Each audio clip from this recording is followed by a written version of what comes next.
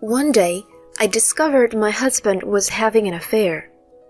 I had been so busy caring for my Troy, who has dementia, and looking after a daughter that I hadn't noticed anything. It turned out my husband had already decided to remarry his mistress and was planning to divorce me. The harsh reality was too much for me to take in. You can have the kid and my dad. They are just in the way of my new marriage. I couldn't believe his words. How did it come to this? I had been diligently caring for his family out of love, and this is what I get in return? Was I just a convenient housekeeper to him? It was just cruel. But at the time, neither my husband nor I could have known the turn our lives would soon take. My name is Shirley, and I'm 35. I am a stay-at-home mom taking care of the household chores at my in-laws. There are 4 people in my family: my husband Keaton, our 4-year-old daughter Gabriella, and my father-in-law Troy. Initially, it was just Keaton and me living in an apartment. I was also working full-time.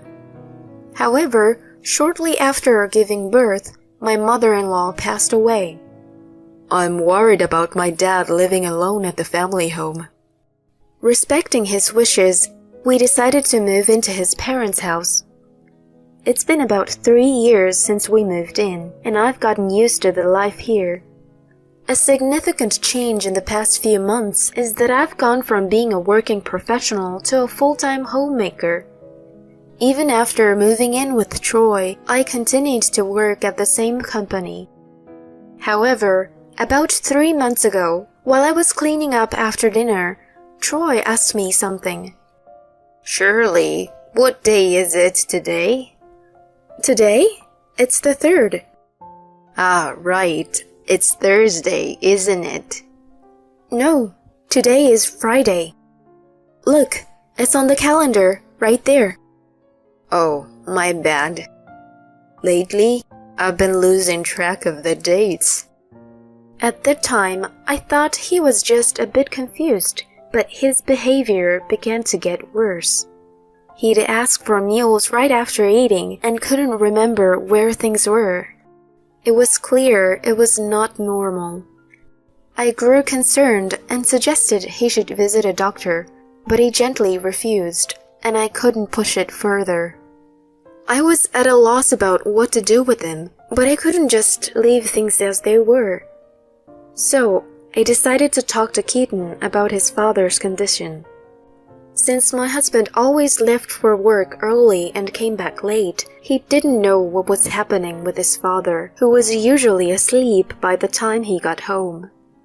Normally, I go to bed with our daughter, but that night I fought off sleep and waited for him to come home. Around 1 a.m., I finally heard the front door open. Shirley, why are you still up? He was surprised to see me in the living room. Seeing his face woke me up completely, and I immediately started the conversation. I need to talk to you about your dad. My dad? What happened? Lately, he's been acting strangely. He's losing track of dates and starts asking about meals right after eating. It's not just forgetfulness, it's serious. So he's starting to get senile? Well, he's over 70. This isn't a light matter. We really should take him to the hospital. He sighed heavily and said dismissively, The hospital? Aren't you overreacting? It's just forgetfulness. I'm telling you, it's not just forgetfulness. Something is really wrong. Then why don't you take him? I'm too busy. I was going to, but he refused, and I thought we should do it together. Well, if he doesn't want to go, there's no need to force him. Let's not overdo it. After saying that, he grabbed a beer from the fridge and started playing with his phone. It was as if my words didn't reach him anymore. I'm going to bed. Good night. I didn't expect a reply, and there wasn't one. I sighed quietly and left the living room. After that, I kept trying to talk to Troy regularly, but he firmly refused to go to the hospital. He wasn't always confused. There were times when he was completely lucid. One day, he looked at me seriously and spoke. "Shirley, can I talk to you for a minute?" "What's up?" "You've noticed, haven't you, that I've been acting strangely lately?" "Well, I mean..." "I realize it too sometimes. I feel bad asking you this, but would you consider quitting your job and staying at home?" "What?" That question hit me out of the blue and stopped my train of thought. I was stunned by his sudden request. "What do you mean?" While I was still reading, he explained, looking apologetic. "I am getting anxious about being alone during the day. I'll take care of the expenses, so could you please?" "But if we are doing that, we should go to the hospital first." "Shirley, you've been saying your work environment has changed, making it difficult to work, right? This might be a good time to quit and look for something new, even if it's just for a while." "Well..." "Please, I don't know who else to ask." Seeing him plead so desperately, I was at a loss for words. I couldn't deny that I had been considering leaving my job too. The company's management had changed recently, drastically altering the work environment. It wasn't the positive place it used to be, and many of my close colleagues had already left. I had been thinking about quitting, but with a young daughter, our expenses were only going to increase. I couldn't just stop working. Finding a new job while still employed was challenging. So Troy's offer seemed very appealing. He could handle the finances, and I could take my time finding a new job while keeping an eye on him. As I was still unsure, he continued in a gentle tone. "If you find a new job, then I'll go to the hospital and even consider moving into a facility." "A facility?" "I don't want to be a burden. So, could you watch over me until you find a new job?" "Troy, this is my first and last request. Please indulge me." After discussing it with my husband, I quit my job and decided to take care of my father-in-law until I found another job. The care was mainly supervising his daily life and managing his meals. It wasn't too hard, and he generously gave me a substantial amount each month for living expenses and caregiving. I was grateful to have more time with my daughter and really appreciated his help. 2 months into being a full-time homemaker, I was close to securing a new job. After receiving a job offer following my final interview, I went to talk to Troy. However, he was on the phone with someone. I couldn't hear the conversation, but waited until he was done before entering the room. Troy?" "Shirley, you heard the phone call?" "No, I didn't hear it. I was just waiting because you were on the phone." "Ah, I see. What's up?" "I wanted to tell you that I found a new job." Hearing this, he immediately brightened up. "Really? That's great." He was so happy for me. I just needed to take him to the hospital now. That was my plan for the next day. However, my husband, who usually came home after midnight, returned home around 7 p.m. that day. "You're home early today." He threw his work bag on the floor and bluntly said, "I'm marrying my girlfriend. We need to get divorced." "What?" I was speechless from the shock. Keaton, without any remorse, continued, "Didn't you hear me? I'm marrying her. Our marriage is over. I've got the divorce papers here. Just sign them." "Wait a minute. What are you talking about? We have a daughter. We can't just get divorced like that." "I don't care about you or her anymore. You being oblivious let me continue my affair, so thanks for that. How can you? He had already decided to remarry and divorce me. The reality was too cruel for me to accept.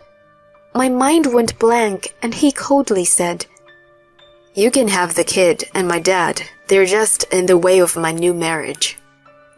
I couldn't believe his words. How did it come to this? I had been diligently caring for his family out of love, and this is what I get in return? Was I just a convenient housekeeper to him? It was just too cruel. Glaring at him, I said, "Enough! How can you expect me to accept this?" It doesn't matter if you accept it or not. This is already decided. What about our daughter, Gabriella? I told you I'm leaving her with you, and the old man with dementia too. He's a nuisance. How can you say that about your father? You quit your job, not my problem. Now, get out. At that moment, something inside me snapped. I realized I couldn't continue this relationship. I would take care of Gabriella and my father-in-law myself. Fine, I'll divorce you and leave, but don't ever bother us again. As I said this, he smirked and said, Of course.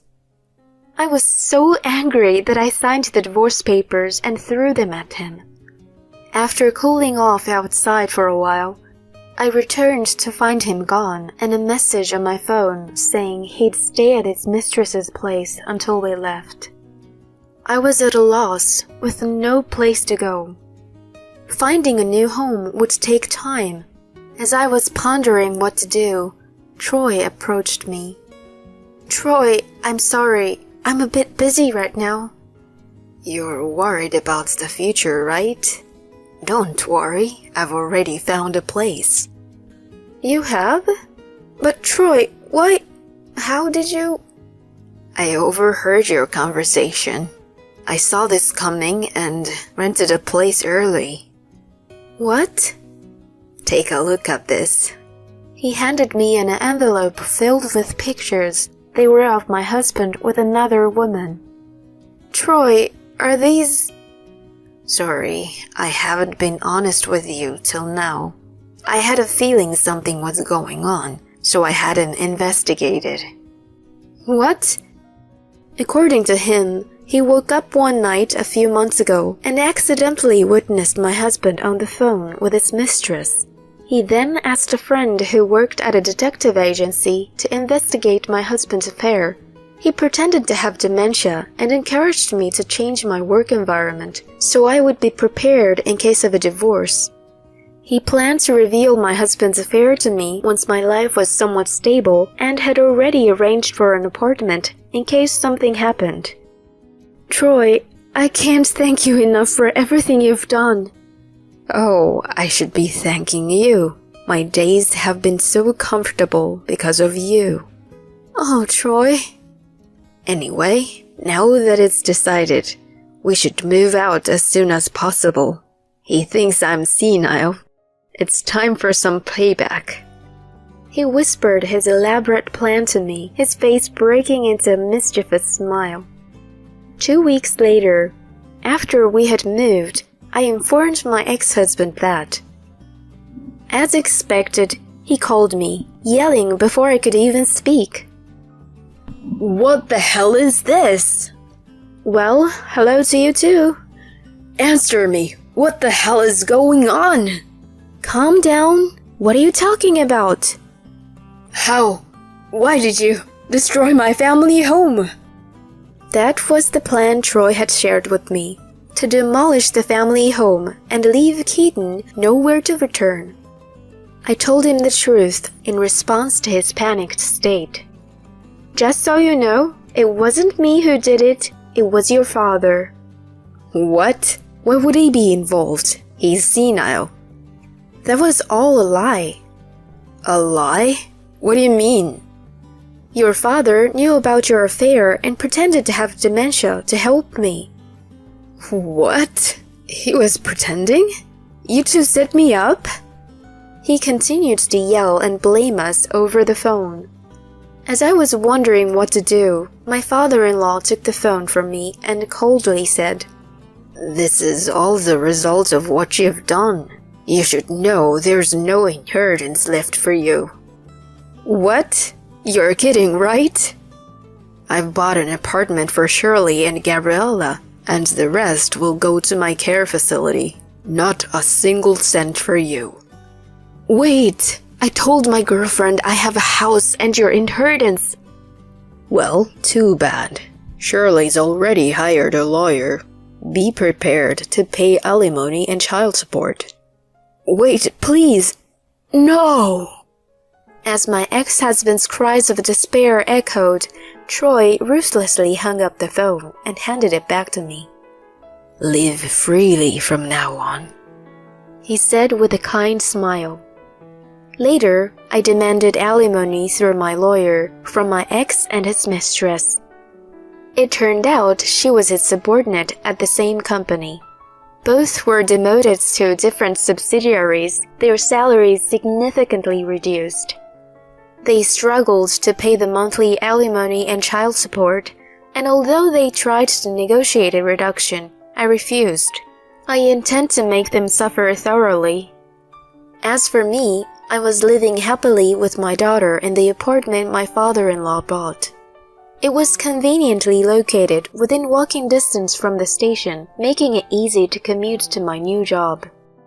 And unbeknownst to me, Troy had already applied for a senior living facility. He had already made friends there and was enjoying his time.